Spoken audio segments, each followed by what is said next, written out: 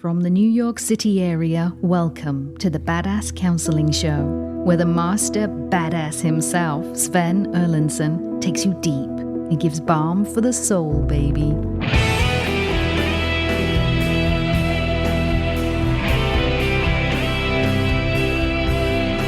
Hello, fine people. It's terrific to have you here today. And how are you feeling? How's the day going? Did you eat your Wheaties this morning? Feeling fortified? Ready to go? Yeah, you've had your exercise today? It's good to have you. I'm just worried about you, so I'm just sort of checking in, being a little motherly here, fatherly, that sort of thing. I'm responsible for you. I care about you. I love you very much. And so I just want to make sure you're doing all right.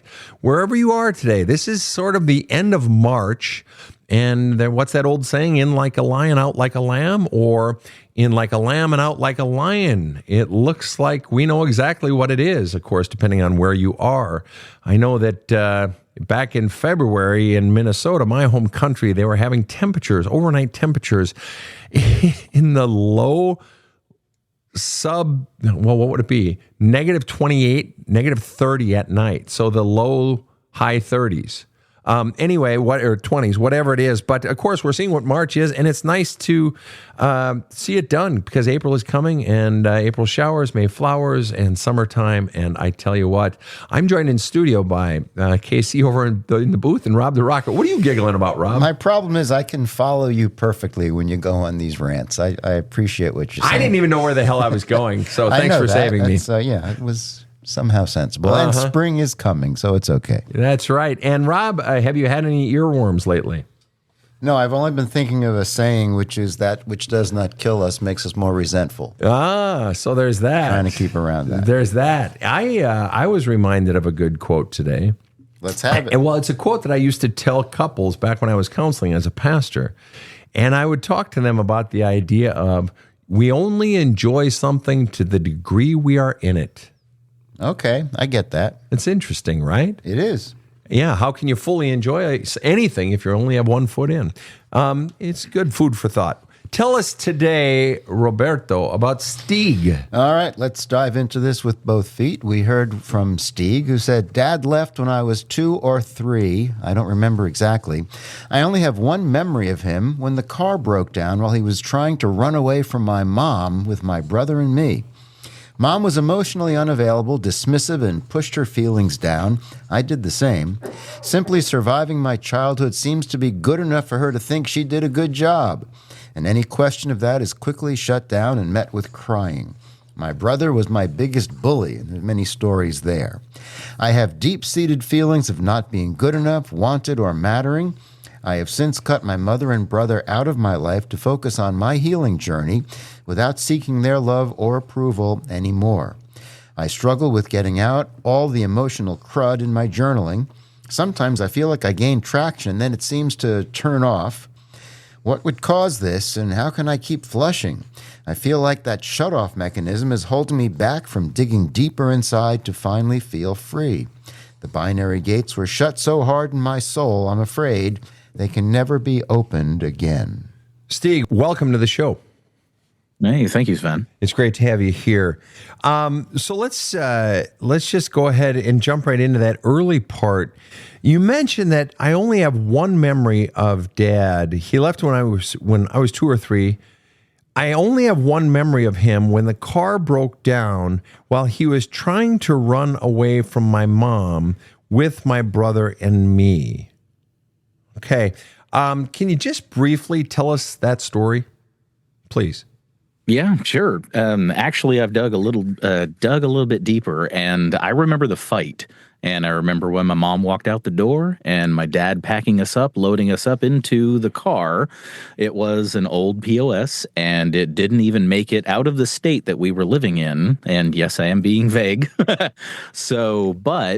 the car broke down. And yeah, there was a trucker that picked my dad, who was carrying me and walking hand in hand with my older brother. And yeah, I remember seeing through the curtain of the truck, and I remember my dad's profile. I don't remember the words he was saying, but he was talking to the truck driver, and I remember his voice. How about that? And so, and then in the subsequent sentence, you say, "Mom," and so you move on to a separate point from that, and you say, "Mom was emotionally unavailable, dismissive, and pushed her feelings down." So that's what you remember with mom. And so mom ended up raising you, clearly. Dad left when you were 2 or 3. So dad tried to take you away, tried to run away from mom with his sons. Clearly that did not happen. You end up getting raised by mom, and you say that I'm interpreting this as mom's greatest crime was she was emotionally unavailable, dismissive, and pushed her feelings down. Are those your mom's greatest crimes against you?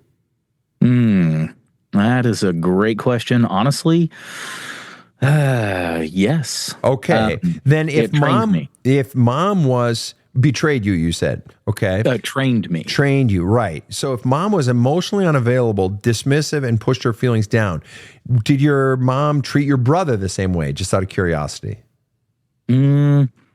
Not really, because brother was a little bit older, could handle his stuff. I was younger and couldn't handle my stuff, but I was expected to on the same level. And so how did she treat him? Well, he was much more able to take care of himself, whereas I was still running around looking for external, running around, like you say with your book, with my love cup out. And I'm missing the big one, half of the big one, Dad. And so I turned that portion to my brother, and he turned out to be my biggest bully. So, yeah. Understood, but you still haven't answered the question. How did she treat him? He could very easily play a game, and she would calm the situation, but not deal with the underlining. And I was trying to handle my feelings. She treated him like he could handle it, like he was the better of the situation. And so that means that she would treat him how? Like he was the responsible one. Like he could take care of it. Okay. Whereas with you, she would say sharp things, or she would say hurtful things, whereas with you, she wouldn't? I mean, give me a specific. Oh, absolutely. Overreaction. Okay, whereas with him, she wouldn't overreact? No, I would be the one that would overreact, but he would be the one that goaded me into it, and then he would run to her for defense of, he's freaking out. And so she would defend his position by turning on you. Right. Okay. So generally, you would describe her treatment of him as, in one sentence, what? Oh, your perfect sentence, the golden child. So he was a golden child. So he was treated categorically differently from how you were treated. He was treated well. He was treated with kindness. He was treated with protection, or any of those words, and you were treated as not the golden child. Got it. Okay. And so to the best of your knowledge then, I'm curious, if mom's greatest crime, she wasn't a hitter, she wasn't a rager. You don't say any of those things. You say emotionally unavailable, dismissive, and pushed her feelings down. None of those are aggressive crimes. Those are more passive crimes. And that doesn't mean less powerful. Don't hear me say less powerful. I'm just saying they're not on the overt side. They're almost like crimes of omission rather than crimes of commission. Okay. And so where I'm going with that is, I just find your language of the previous sentence interesting. You state, I only have one memory of Dad when the car broke down while he was, to use your language, trying to run away from Mom. Trying to run away implies he was afraid of her. He didn't say he was trying to get us kids the fuck away from that crazy ass psycho. You didn't say he was kidnapping us. You say trying to run away from. I have no doubt if your brother was the bully, there were times where you were trying to run away from your brother. But because, he was big and he was scary, you use that language. You got to admit, it's interesting that he would be trying to run away from someone who's emotionally unavailable, dismissive, and pushing her feelings down. That's not an oppressive, or maybe oppressive, not an offensive person. It's a passive person. Do you get what I'm getting at with that language, trying to run away from? It's interesting. Oh yeah. Yeah. The physical hurt, the physical didn't hurt as bad as the emotional. So But your dad, have you ever had a chance to talk to him and ask him why he was trying to run away from your mom? Have you ever met him? I've only talked to him twice on the phone. And any sort of ever ask him, why'd you leave? No, the first phone call, all I remember was the most intense part of it was there's not a day that goes by that I don't think about you guys. And I wanted to, I wanted to rage so bad. After the phone call was over, I looked at my mom and I said, Mom, I don't know how to feel. I don't know if I should cry. I don't know if I should scream. I'm going to go to my room. And how old were you when you had that conversation? I think it was about You must have been young, yeah. 12, if you were going to go to your room. Okay, so that was one. You said there was one more conversation you had with him? Yeah, it was How old? I had a fight with my mom, and I think I was around 14, somewhere in there. Oh, and you called him? And we had a number at that point for a little while, and yeah, I had reached out to him, and I told my mom, I was like, Mom, I want to go, pardon my language, this shit around here is too much. I can't deal with it. It's when I started having panic attacks. You wanted to get out of there, go be with your dad. You call up dad, and what? He did the front, but then never followed through, and I never heard from him again. So In terms of, gee, I'd love to have you, but he never followed through in terms of, sort of accepting me, come get me, and let you live with him. Is that what you're referring to? He had said about paying for a plane ticket and all that kind of stuff. And never followed through. Okay. Yeah. And you have never had contact with your father since then. Is that what you're saying? Exactly. Not once. And have you ever desired to go to him and ask him, what's the story? I did before your journaling prompts and your letters. Yeah. And his letter gets longer randomly. So, but yeah, I did before. But outside of that, I do not at this point. Because I give up on him. Okay. And you gave up on him because... Well, he's shown me his true colors. There's Facebook, there's social media, there is all these things out there. That he could have done. Right. But let me ask you this. Is there no, and I'm not saying you should, I'm just asking, there's no desire to know why? I think I've kind of figured out the reason why, because analyzing reflection and all the things with my mom, the way she is, and the way that I understand from my viewpoint and where I see things, the way that I understand how he is from the stories that I've heard, and I understand why, and I understand that he is for lack of a better term, a spineless piece of shit. Okay, fair enough. And so do you believe that you still have anger towards your dad? Well, not really so much anger anymore as because I've flushed. I believe you. If there were anger, what would you believe? What would you think is the thing that you're still most angry at him for? If there were any, maybe there's not, probably isn't. But if there were, what would it be for you personally that you're most angry at him for? I'm most angry at him because in comparison to my situation in my life, the things I've been through, he left. He ran like a fucking coward, and I stayed, and I fulfilled my promise it was an internal promise to myself. I stayed and I fulfilled my promise. No matter how bad shit got, I stayed. He didn't. He's a fucking coward. Stayed. You were a child. You had no choice. You had to stay. What are you talking about? I kind of jumped on a later situation. I was with a woman for over 20 years. Okay. But let me ask this question.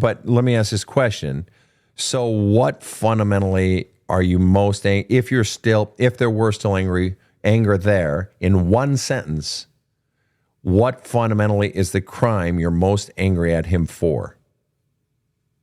Being weaker than me. And why are you angry at him for that? Because I was the child and he left. And why are you angry at him for leaving? I know it may seem obvious to you. I'm asking you to tell me why you're angry at him for that. Because I was worth more than that. And what was the effect of him leaving? That he didn't care, that I didn't matter, that I wasn't wanted, that I wasn't good enough for his love. Well, and see, I would actually, all true, no doubt about it. But what I would say is, you see, you go on in your paragraph and a half here, you go on after, which is great. No, it's great. You go on after telling us dad left, you have one memory of him. You go on to say, mom is emotionally unavailable. Simply surviving my child seemed to be good enough for her to think she did a good job. And any question of that is quickly shut down and met with crying. My brother's the biggest bully. I have deep-seated feelings and not being good enough since I've cut my mother and my brother out of my life, et cetera, et cetera, et cetera. You spend a lot of time talking about basically the family that you grew up in, mom, you, brother. And how you got the shit stick from brother and the shit stick from mom. Brother was just outright fucking, sort of a rager on you, it sounds like. And mom just allowed everything and dismissive and emotionally unavailable. See, what I'm most mad at your dad for isn't just conveying those underlying messages. Yes, he conveyed all those things by leaving and so on and so forth. He didn't fucking protect you. He tried by getting you out of there. And we don't know what dad's issues were. Obviously, he has them because he walked away and never came back to his son. So, yeah, he's got an issue or two.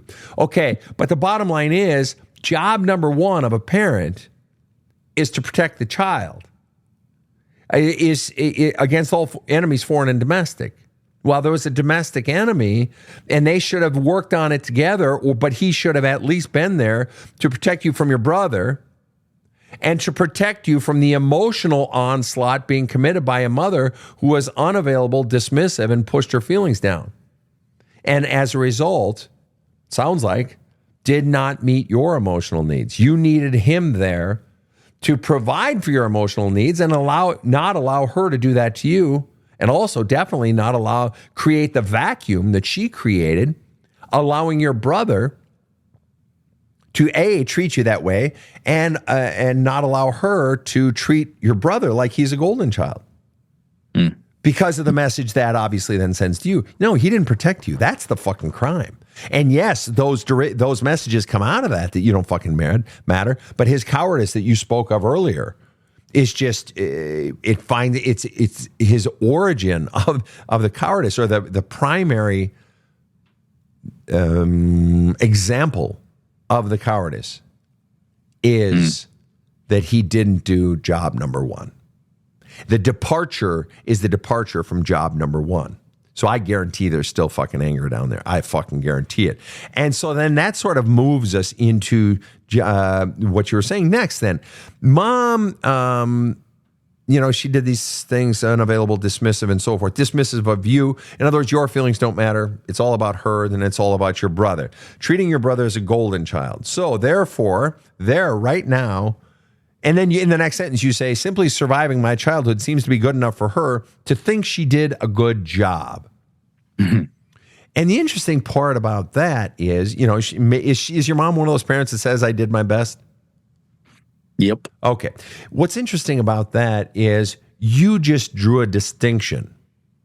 You said, my brother was the golden child, which implies, well, you weren't. Which implies there was a distinction of how the two children were treated. One was treated exceptionally well and one wasn't. Therefore, by having a child that you're treating exceptionally well, you are saying, I know how to operate at this level. I know how to do better. But with shitty little child, I'm not going to do better because I don't feel like it. She was literally turning it on and turning it off depending on which child she was interacting with. So the notion she did her best is obviously a lie, because her best, at the very least, was what she was doing with your brother. Oh, yeah. I figured that one out later. Right. And not what she was doing with you. Okay. So then moving forward, any question of that is quickly shut down and met with crying. And what's interesting there is you go on to say you've cut your mother and your brother out of your life, but you use the present tense verb and you say any question of that is quickly shut down and met with crying. In other words, which seems, when I was initially reading that, seems to imply she is still doing that in your interactions with her. From the last interaction. Yeah. It was And how long ago was that? month and a half, 2 months ago. Something like that. So you are telling me then, just so I'm clear, that up until 2 months ago-ish, I had been interacting with Mom and your brother. And just for a quick point of reference, how old are you, Steig? 44. 44. So, no way is this an attacking question. It's just an honest question. Why were you having your mother in your life up until age 44 when she's been treating you so dismissively and making it about her and making it about her brother? Why have you kept her in her life? And there's nothing wrong with it. I'm just curious what the logic has been or what the reason has been. I have a tendency to hold on too long, far beyond I should, and that's when I finally gave up. I got a 2-word message. You gave up, which implies we give up on things that we are trying. Mm-hmm. We give up. I give up. I'm never going to win the lottery. I give up. I'm going to stop buying. Okay. I give up trying to play, golf. I suck. I give up. I'm going to stop trying. Okay. So you gave up. So let me ask you this. What up until 2 months ago were you still wanting from your mom? The 5 A's. Okay. And so we're talking about affection, attention, approval, apology, attention, affection, approval, apology, and acknowledgement of all the stuff, right? Absolutely. Okay. Yes. And if you had gotten those 5 A's or even 2 of them, let's say acknowledgement and apology, if you had gotten that, confirmation of your worth and you mattering, if you had gotten that, then what? It feels like I would have been able to breathe a sigh of relief. Because I suffered so much shit. And I just wanted to be appreciated for who I really was. And so if you're breathing the sigh of relief, that means you got it. You got the appreciation of who you are. And now I can finally basically breathe. Is that what you're saying? Yeah. And I can stop what? Running around like a chicken with my head cut off, trying to appease them, get their approval, be the person that they want me to be, and all their beneficial surface level bullshit. And does that trying to get the approval, running around sort of like with a begging bowl, your love cup now becomes a begging bowl. Did that extend beyond brother and mother to basically everyone in life, running around, just give me a little bit of love, just give me a little bit of love? 100%. Okay. It's exactly why I was with that person for over 20 years. Right. Holding on. And you'd get a little bit of love, and that was just enough to keep you going until eventually it's like, fuck this shit. Okay. So if you got the attention, the appreciation, the approval, the affection, the acknowledgement, and the apology, if you got those from mom or any number of those, and her acknowledgement of the pain that she had caused, and to fundamentally see what she had done to you and to acknowledge it and to grieve it and so forth, you could breathe a sigh of relief. You'd feel like you finally gotten the approval. And then what? How does your life change, either outside of you or inside of you? Now that you can breathe, you finally have the approval. You don't have to run around trying to get people's approval. Now what? Well, then, yeah, I would have felt more comfortable in my own skin to become and be exactly who the fuck I always was. Okay. And if you were to do and become who I always was, you could finally do that now because I'm not spending my whole life trying to get people's approval. So now I could become who I really am. And then what? Yeah. And then just move on with my life goals. Okay. Just move on with everything. And how would that feel to move on and become who I am? How would that feel? Well, I can only attest to.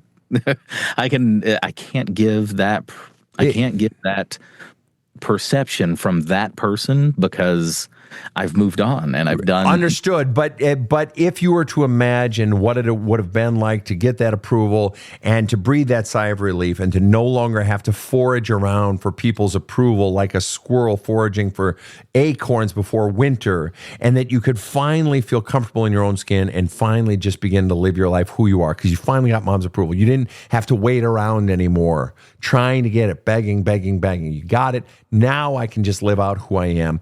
How would that have felt if you were to speculate how that sequence would have finally felt in the end, inside? Temporarily, it would have felt as the whole. It would have felt absolutely exhilarating and freeing and just my wings spreading, but it would have been temporary. Why is that? Because I didn't believe in myself. I didn't think I could do it. But if the person who took away your belief in self confirmed your worth, it's what you had been waiting for and working for your whole life, and gave back the very thing she had taken away, to the point where you're now breathing a sigh of relief, where you had finally gotten the approval that you had been seeking your whole life, then what reason do you have to believe it would be temporary? Or is it possible that would be the balm that you had been waiting for? It would have been, but I feel it differently. It's hard to describe, but I feel it differently now because I was running around trying to get something externally that I really wish I would have known was inside of me the whole damn time. Sure. And that's the answer after the fact. But I was just trying to look at what it was back then. We're going to come right back to this right after a short break. I had a really good start in my life, and I've been successful in my career, but I have to say I've learned so much and improved my outlook on life since I met Sven and picked up a copy of Badass Wisdom. With the daily meditations as journaling prompts, I've uncovered a lot of memories that weren't totally pleasant. With Sven's guidance, I've achieved some new understanding, and honestly, I feel lighter. Badass Wisdom is a great read, in nice small bites, and I think anyone can benefit from it. So go to badasscounseling.com and get the book or the audiobook. It could change your life. Are you longing to feel connected and not so alone? Longing to be happy and more alive? Badass Counseling is excited to announce the creation of Community Plus, a subscription-based private group of folks just wanting to more closely share their soul journey together with like-minded folks and with me, Sven. For a monthly fee, you'll get bi-monthly live Q&As with me, Sven, giving you a better chance of getting your own questions answered. A private community feed for you to post pictures, successes, struggles, joys, even the occasional cat picture, creating greater connection and help for healing and growth. Random drawings for free small group sessions and drawings for private coaching sessions with me. Priority access to becoming a guest on the Badass Counseling Show podcast. Unlimited access to my DIY video courses, Healing the Soul and Unleashing Your Greatness. And so much more. Community Plus is for people serious about their soul journey who want real growth, real help, real laughter, real connection, and true community. Join us now at badasscounseling.com. This show provides soul counseling intended to entertain and inform and is not medical advice.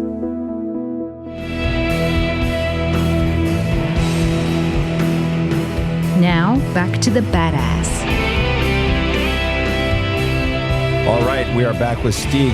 And so we determined that you had been waiting for Mom to confirm your worth. And if I could finally have gotten that, then I could breathe. Then I could begin my life. Okay. And Mom would go into this thing. I see this a lot with clients where, I would talk about the past and she'd start to cry. And of course, that was her way then of, oh, I didn't mean it, Mom. Sorry, blah, blah, blah. And she goes back into victim mode. Now she's getting attention. Now it's back to being about her again. Boy, none of us listening to the show have ever heard of that one before because, quite a few people have lived through that one. All right. But moving forward, I've cut the ties with Mom and brother. But here's the thing. Here's the reason you wrote in. I struggle with getting out all the emotional crud in my journaling. Sometimes I feel like I gain traction and then it seems to turn off. What would cause this, and how can I keep flushing? I feel like that shut-off mechanism is holding me back from digging deeper inside to finally feel free. The binary gates were shut so hard in my soul, I'm afraid they can never be opened again. For those of you that are listening, when he refers to binary gates, those are a few chapters in the book, There's a Hole in My Love Cup. I won't bother to explain those now, but basically that the aspects of his normal self were shut down. The part of all of us that believes we are good, we are valued, we are wantable, we matter. Anyway, so going back to this, you say, I struggle with getting out the emotional crud in my journaling. Sometimes I feel like I gain traction and then it seems to turn off. So let me ask you this, Steig. In your journaling that you've done to date, all of it, in all your 44 years or in the years that you've been doing it or months that you've been doing it, what is the biggest emotional release that you have had? If you've had any, what was the biggest emotional release? What triggered it? Or do you feel like you're still sort of waiting for your big one? The three main ones, ex, mother, brother. 3 letters that I wrote, they get expanded on randomly as things come up. And yeah, so then drilling it down of all in with regard to your ex, with regard to your mother, with regard to your brother, if you were to take all the stories and all the different insights you had and all the different feelings that came from those insights, which memory, which thought, which insight, and which feeling was the biggest amid all of that? Because you just listed if you had 20 years with an ex, you have a million different stories with a million different feelings, not to mention a million stuff with mom, a million with your brother. So what was the biggest epiphany so far in all of your journaling that you've been doing that triggered the biggest emotional response? And what was that emotional response? Actually, you brought that up. I fought for a very long time feeling not good enough. But then in one of our firesides or smaller sessions in the Community Plus group, you had actually said about the other one, you had actually said about a couple of the other binary gates. I didn't even look at the first one. I was stuck on number 2, and I didn't even realize that number 3 was slammed the hell shut. So when I finally figured out, when going through all the journaling and all the multiple letters that I've sent to mom, dad, brother, ex, and people that are all in my journal, I fucking matter. Nothing more, nothing less. I fucking matter. And so, and the original question was, in addition to which memory, which epiphany, what was the emotional release? Because you're talking about, in your paragraph here, I basically am having trouble accessing the emotional aspect of things. What would you say was the biggest feeling that was discharged or brought up? Give me a feeling word when you had that revelation. Elation, exuberance. I mean, just, it was like somebody took a 9,000-pound bag of rocks off my shoulders. It was like, yeah, finally. Okay. Just fucking finally. Okay, that's good. All right, excellent. Now let me ask you this question. Of all the yucky feelings, like mad, sad, bad, glad, well, not glad, mad, sad, bad, all of the bad ones, so to speak, what was the biggest memory you had? What was the biggest one where you found something and you just felt like this surge of what we call the bad feelings? Oh, yeah. I remember the day in particular. I remember the day when I was sitting there journaling in my chair and I had unlocked something. I had unlocked just the simple sentence of, I just wanted to be loved. I started crying and I muted my crying. And I was like, no, no, fuck that. I went back to my bedroom in my apartment. I stuck my face in my pillow and I said, let's fucking go. This is not, that little baby bullshit crying was not what we needed. Let's go do this. And so my pillow was soaked. That's good. That's good. So let me ask you, when you talk about this idea of gaining traction and then it seems to turn off in your journaling and so forth, and I struggle with getting out all the emotional crud in your journaling, Why do you think you turn off? What do you think causes it?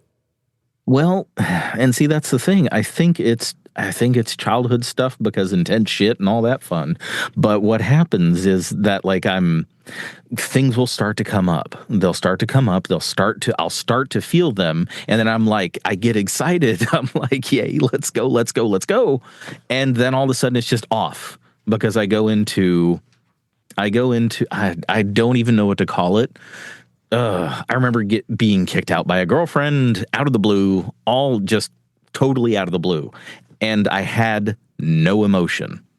The emotions said, okay, we're off right now. We need to take care of this. We'll take care of all of the logistics of everything, and we're going to feel this later. So did you ever bother to feel it later? I did. Oh, absolutely. Yeah. I remember in the hotel room, I was crying my eyes out and I was mad and I was just all the things, but it's like a trained response, an autonomic response of when I start feeling when I get feelings up to a certain level, they just turn off and they say, nope, we're going to logic right now and we're going to take care of this and we're going to feel about this later. And you think the reason for that is what? Childhood. Well, but that doesn't say anything. What's the reason? Why do you think? From what? What are you protecting? Emotion. Okay, so from feelings. From feelings, and why is it you're protecting yourself from feelings? What is it about feelings that you need protection from? That they are, with my upbringing again, I got the message a long time ago that my emotions are too intense. Okay. And so let me ask you this. If you were in those times where you have felt strong negative emotions, how does it feel? Oh, it's very intense. It's anger, pain. The bad ones, they get very intense. Do you dislike it? Is it no big deal? Is it, it's not so bad, or I like it? What's the experience for you? Because I get a lot of people who avoid feelings because they don't like how it feels. They don't want to touch the feelings.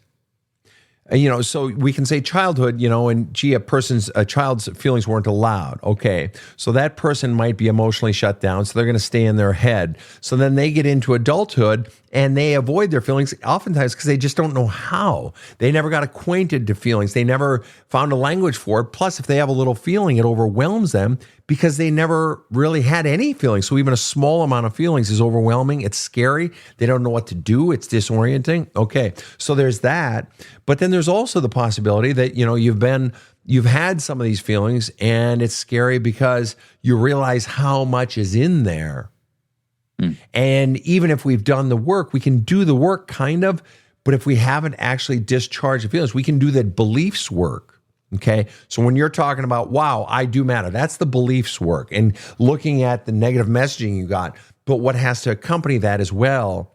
And this is why I was asking about what's the biggest significant emotional discharge. So the feelings have to come out as well, because that's what you were taught. Hey, your feelings don't fucking matter, kid. Shut the fuck up. That's what's in there. And that's what has to come out. So with you, let me ask you, if you were to be totally honest, what percent, be totally honest, are you scared of the power of all the feelings that are still inside you? And to be 100% honest, 0. I want them to come out. Well, but that's two different things. That's two different things.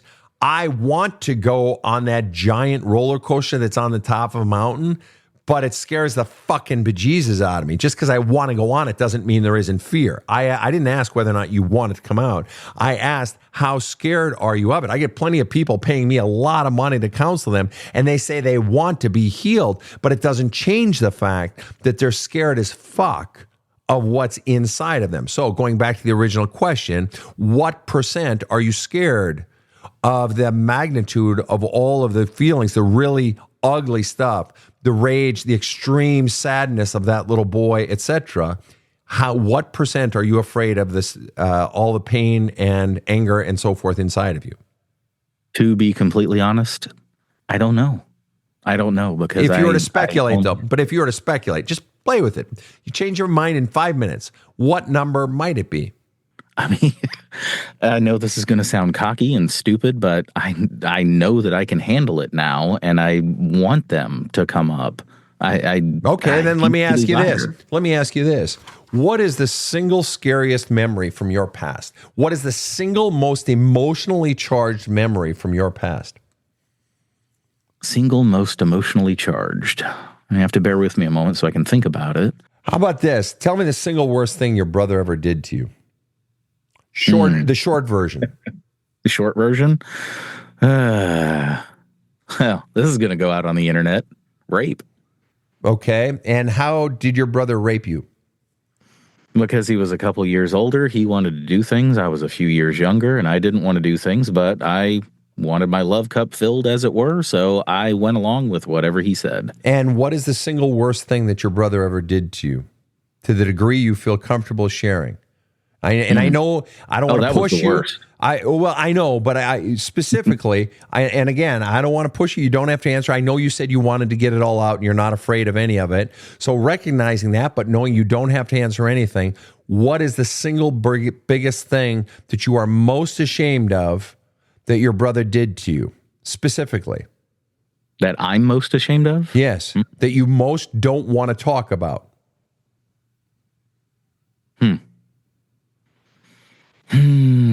Well, I can only give the most recent example of having a lot of anger towards my brother for my separation and his refusal to help family. Wait a minute. So you're most ashamed of that. Rape just came up, but you're most ashamed of that. The one thing you least want to talk about is this thing with the separation and family, not the rape. Yet before you said the rape thing, you said, well, I guess this is going to go out on the internet. But you didn't say about the separation, well, this is going to go out on the internet. Yeah, like you give two fucks if the separation goes out on the internet. No, it's the rape that you didn't want to fucking talk about. And so what I want to know is, what is the worst piece of the whole rape equation that you're either most embarrassed about, most ashamed of, or least want to talk about it? Is it that, as you said, I think you said something about, you didn't say I wanted it. You said something like that. Was it that? Or was it something he did to you? What's the part you least want to talk about? The shame. But specifically of what? The shame of, that was a huge thing, was you should be ashamed of yourself. What? For what? What was it that your brother did specifically that you should be most ashamed of, or that you are most ashamed of, or that you least want to talk about? In that particular scenario, it was something he wanted to do and I didn't, and I was ashamed of myself for not going along, because that would have made me feel good back in the day of somebody loves me. Okay, so just so I'm clear, I'm going to repeat back what I think I heard. I want you to correct me, okay? I'm ashamed. My brother wanted to do something to me. I said no. And I'm ashamed that I said no, because I actually wanted to say yes, because that would have felt good to me. No, it was the opposite. Go ahead. I said yes. I said yes, but I was ashamed of myself for saying yes. Because I didn't actually want to. Just out of curiosity, how old were you when that happened? Oh, man. That was, I think I was probably around 9. 9 or 10 years old. And what are we talking about here? To the degree you feel comfortable talking about. Now, I know that you said you have no fear of what's in the vault. I know you said you have no fear of getting it all out, but rape is a special category, so you don't have to talk about it. But it does raise an interesting question, doesn't it? It does raise an interesting question. And the question it raises is, oh shit, I guess there are things I really don't want to fucking say. I guess there are things inside of me I don't want to fucking look at. I guess there are things inside of me I don't want to fucking verbalize. Because you've now used the word rape a few times, and I've said, yes, but what specifically? And you keep saying the word rape, which is totally fine. That is your fucking prerogative. All right? And I'm not going to make you do anything. I can't make you do anything, but I'm not going to make you. But it's fascinating that on one hand you say, I'm not afraid of any of it, but you keep using the phrase rape without the specifics, implying, though I could be reading you wrong. It wouldn't be the first time today I've been wrong. Implying I really don't want to talk about it, which implies fear, which implies discomfort, which implies shame. As you literally just said, I'm ashamed of it. So boom, there's the healing. There's a place where the healing needs to go. There's a place where the conversation needs to go. Now, whether it's between you and me in this venue, doesn't matter. That's not the point. The point is, it's the shit you least want to look at. Because I had asked you earlier, what's the shit you want to least look at? And you said, well, my ex, my mom, my brother. I said, yeah, but that's like millions of fucking memories and feelings. And I said, what specifically? And you said, well, blah, blah, blah. And, I had this, and it was exhilarating. And I said, come on. And now we drill down, and it takes about 2 fucking seconds. And we determine it was like, what did your brother do to you? Rape. Boom. Tell me more. Be more specific. Yeah, it was rape. Oh, that's the big one. Yeah. Well, yeah. But the point is, I said, tell me more. Be more specific. And I said it 3 times. And you stayed with that, which is totally your prerogative. If somebody doesn't want to open up on something like rape, they don't have to fucking open up. That is so your right. But it's fascinating, the juxtaposition of that against the fact of you saying, yeah, I'm good. No, man, I'm all in. I want to go all in. And so I'm using this as an opportunity to highlight for you, to help you. You asked for help. What am I getting stuck on? What is the override switch? And the override switch, that shutoff mechanism when the nuclear reactor is getting too hot and that shutoff switch makes it go back down, it's always because there's something in there I don't want to fucking touch. And we just put our fucking finger right the fuck on it. That's X marks the spot. That's the Whopper. That's the Mac Daddy. Now, there may be other Mac Daddies, but that's X marks the spot. That's a motherfucking landmine. And you don't want to touch it. And that's okay. But if I want to heal from that, I do have to touch it. I do have to go into it. Now, you don't have to do it in a public venue like this. That's for goddamn sure. No, none of us are going to pressure you to do that. I tell all my guests before the show, I told you before the show, Steig, we ain't here to hurt you. We really ain't. Okay? But at some point, if you want to heal from that, rather than keep hitting that automatic shutoff switch, you're going to have to go into it. You're going to have to face the shame. And what comes with that shame is more tears than you've ever cried into any pillow in your entire life. And more fucking rage. More fucking rage than you've ever felt in your entire life. Because you were violated by your brother. And you wanted the love. You wanted to feel good. Who can blame somebody for that? You are not the first client I've had who has told me I wanted the love. My older sister raped me when she was 10 and I was 7, and it felt good. Or it's this or that, or this or that, and the shame and the confusion. You are not the only one. But the bottom line is that's where the healing begins. That's even if it doesn't begin there, that's a massive source of healing. That is a gold mine of opportunity as much as it is also a landmine of pain. And so we avoid because it's so fucking scary. That is so fucking emotionally charged for you. Would that be accurate or inaccurate? It is one of the major charges of my life. There are several others, of course, but that is one of the major charges. And that's actually interesting. Fucking called out for it. That's actually interesting. I'm just curious. As a person who has been sexually assaulted as an adult, but not raped as a child, I have no concept for what that's like. So I'm going to take your word for it, which leads me to ask a question out of natural curiosity. What experience could you have in your lifetime? Because I think of rape, and my grand fear in life is ending up in prison and getting raped in prison, as I think it is for a whole lot of men, all right? I think we can all share a bit of fucking camaraderie on that one. And I've done some time in jail, but never fucking federal prison. All right.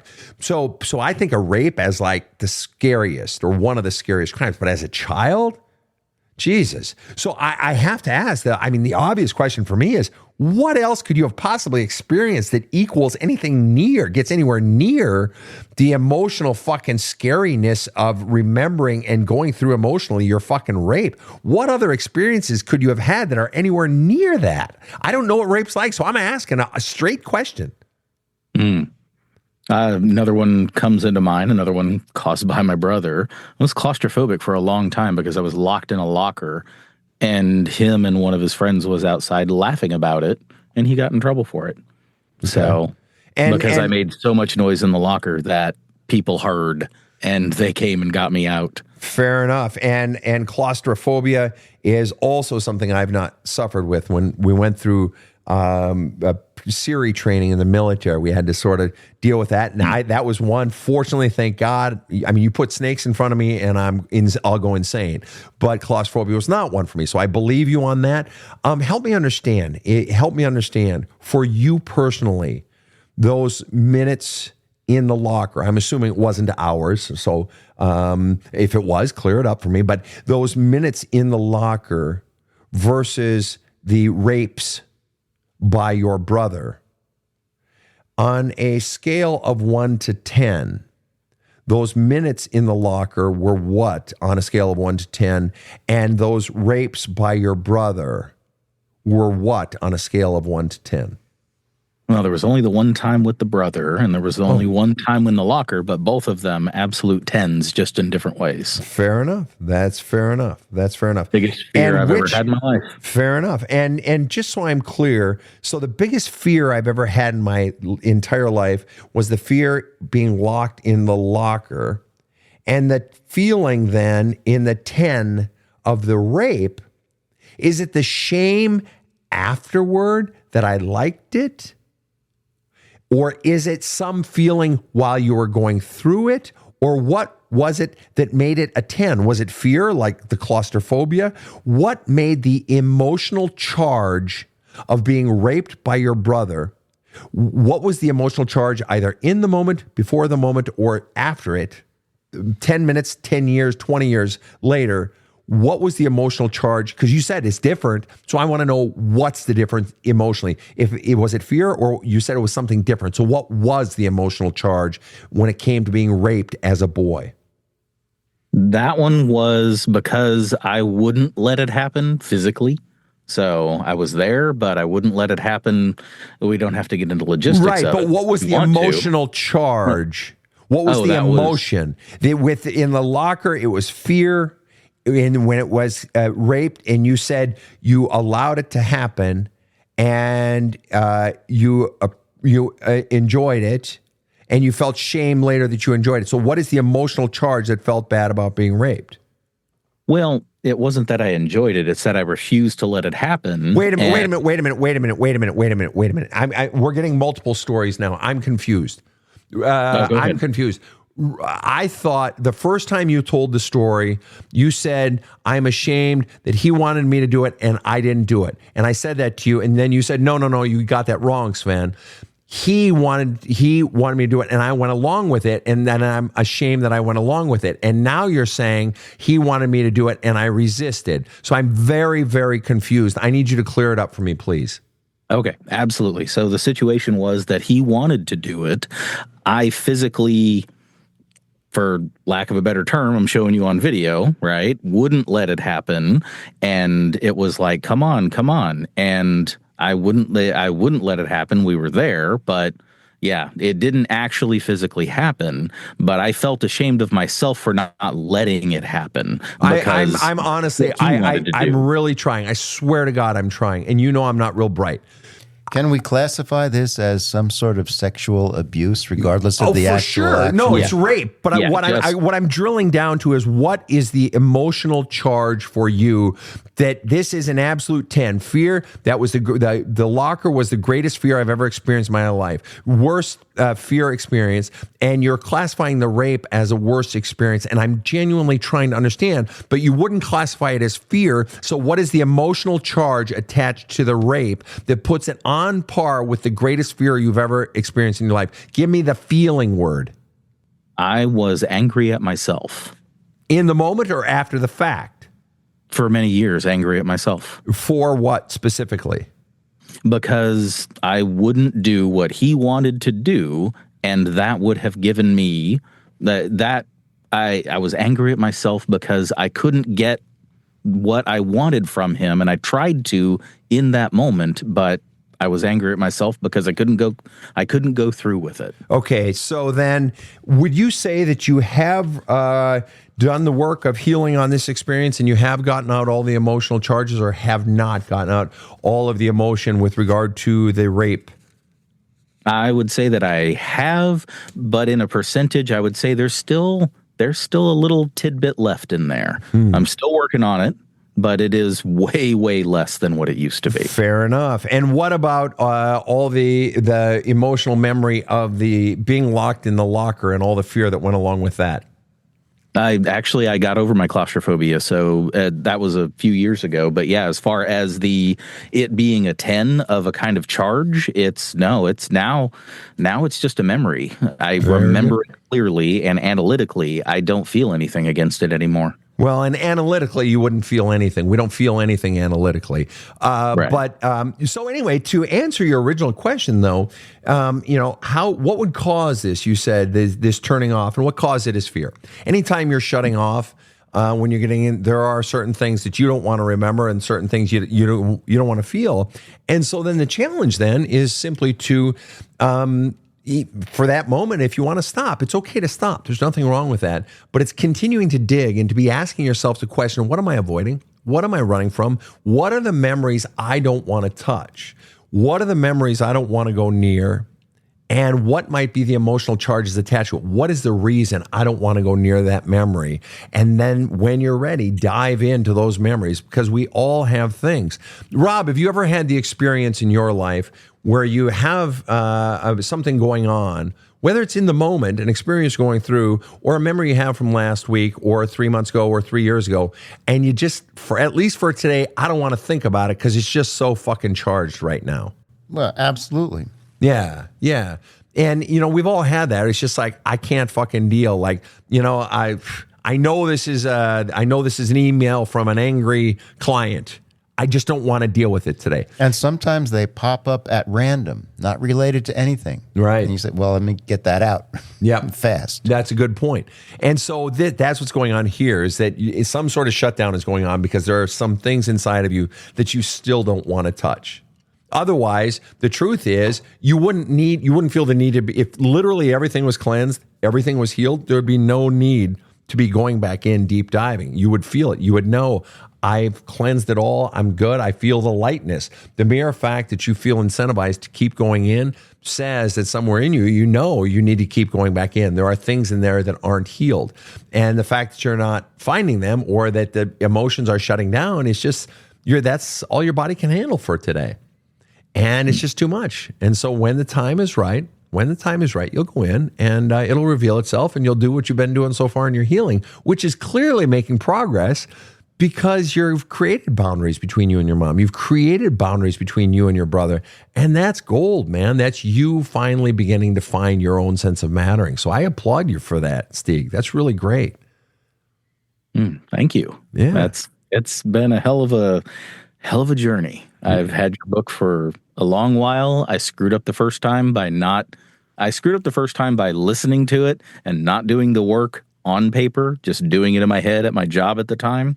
So chapter 15, and I'm still going. Good for you. Good for you. Well, it's been great having you on the show, Steig. Thank you so much for sharing your story with us and getting down into it. And it's been great. Thank you for being on the show. Well, thank you, Sven. You betcha. And Rob, any closing thoughts? I always learn something. Yeah? I'm not sure what it was today, but...